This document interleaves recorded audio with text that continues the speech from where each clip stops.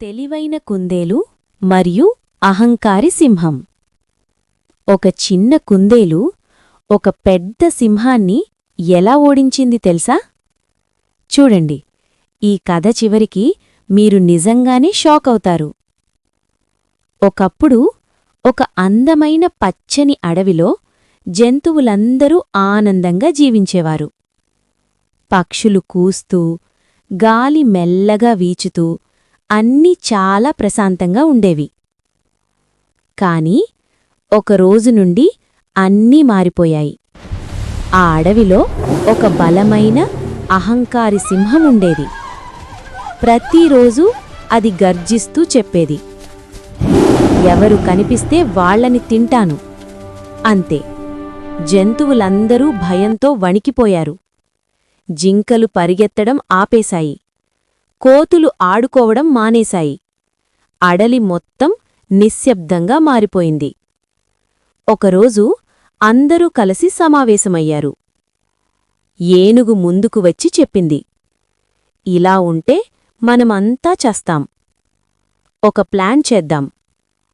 ప్రతిరోజూ మనలో ఒకరు సింహం దగ్గరకు వెళ్దాం. అందరూ కష్టంగా అయినా అంగీకరించారు. రోజులు గడిచాయి. అప్పుడు ఒకరోజు ఒక చిన్న కుందేలు వంతు వచ్చింది. చిన్నది, బలహీనంగా కనిపించింది, కాని చాలా తెలివైనది. మిగతా జంతువులు బాధపడ్డాయి. ఇది చివర అని అనుకున్నారు. కాని కుందేలు మాత్రం ఆగింది. లోతుగా ఆలోచించింది.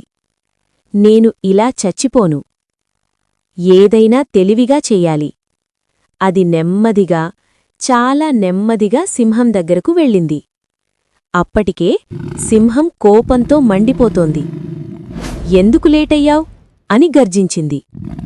కుందేలు భయపడ్డట్టు నటిస్తూ చెప్పింది, సర్, క్షమించండి, నేను వస్తున్నాను.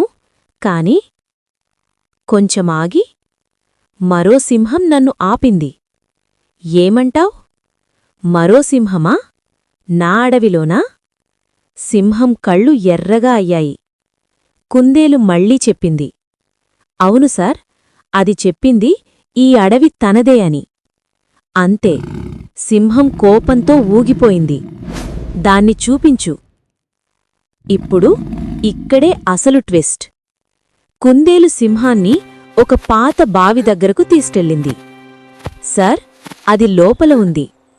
సింహం లోపల చూసింది. అందులో తన ప్రతిబింబం కనిపించింది. కాని అది అర్థం కాలేదు. అది గర్జించింది. లోపల ఉన్నది కూడా గర్జించింది. సింహం కోపంతో అరిచింది, నిన్ను ఇప్పుడే చంపేస్తా అని చెప్పి ఆలోచించకుండా బావిలోకి దూకింది. స్ప్లాష్! ఒక్క క్షణం నిశ్శబ్దం. అంతే. సింహం కథ ముగిసింది. కుందేలు తిరిగి అడవికి వచ్చింది. అందరూ ఆతృతగా అడిగారు, ఏమైంది? కుందేలు నవ్వుతూ చెప్పింది, సింహం ఇక లేదు. అంతే. అడవి మొత్తం సంతోషంతో మారుమోగింది.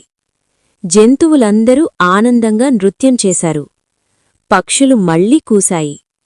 అడవి మళ్లీ జీవంతో నిండిపోయింది. రెయిన్బో. మోరల్: తెలివి బలం కంటే గొప్పది. అహంకారం ఎప్పుడూ నాశనం చేస్తుంది. ఇప్పుడు చెప్పండి పిల్లలు, ఈ కథ మీకు నచ్చిందా? నచ్చితే ఇలాంటివి ఇంకా చాలా స్టోరీస్ కోసం మన ఛానల్ని ఫాలో అవ్వండి. కొన్నిసార్లు మరి నెక్స్ట్ స్టోరీలో మళ్ళీ కలుద్దాం.